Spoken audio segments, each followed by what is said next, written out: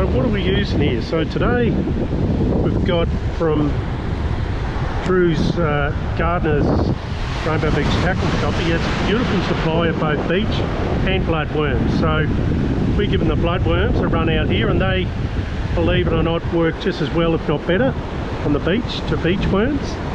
And just got that long trace, about a metre or so up to the first swivel. And then with the Albie, you want to run a swivel on the top part of your rig, so then that sinker is running between those two swivels and got a soft bead to cushion the knot when you're casting there.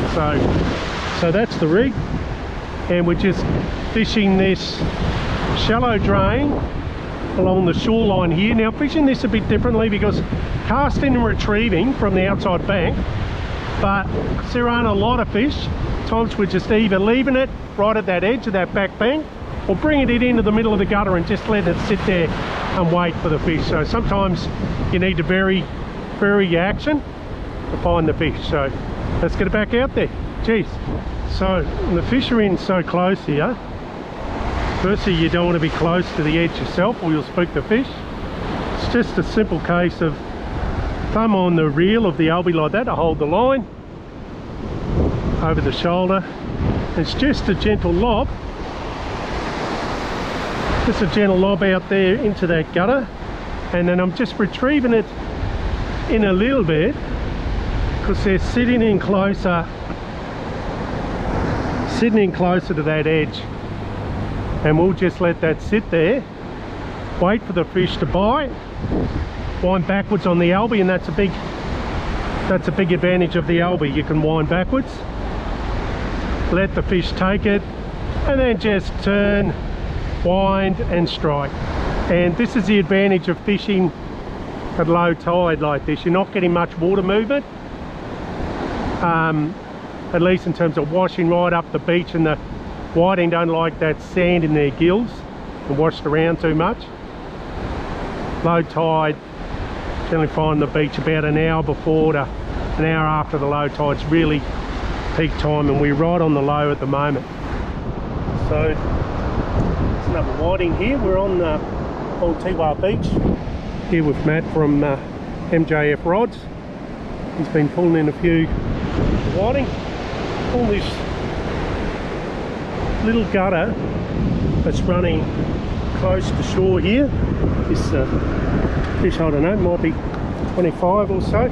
Yeah, towards the low tide, about an hour and a half or so before dropping. Just drain that's run along the beach here, drops down to an end right down the end, but just standing well back from the shore and casting into this shallow drain. Geez. Well, again, as you can see, we're reasonable way back from the edge. Reasonable way back from the edge, and there's another just legal whiting. We'll measure him up, but yeah, in this nice little shallow gutter with Matt, and yeah, getting a couple of fish. Cheers. So here we go in this little shallow gutter here. Matt from MJF Fishing Rods has got another one. Well done, Matt. Now, what rod are you using today, mate? Skip, this one's a 3126. Yeah. Snyder glass bent tip. Okay.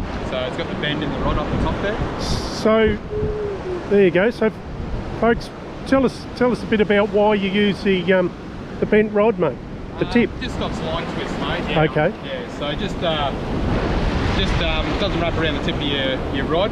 Okay. The line's always constantly down, so yeah, it just seems to take that twist out and Excellent. make it a bit more easier.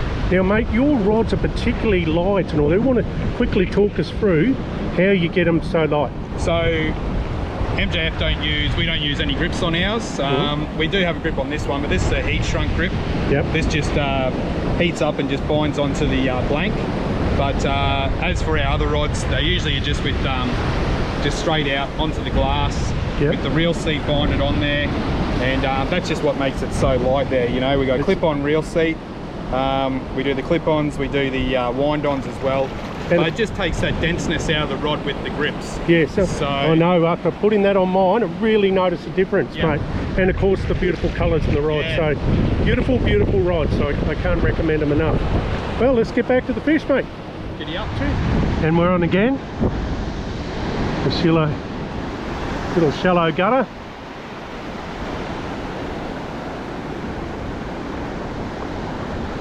So we'll wait for this wave to come.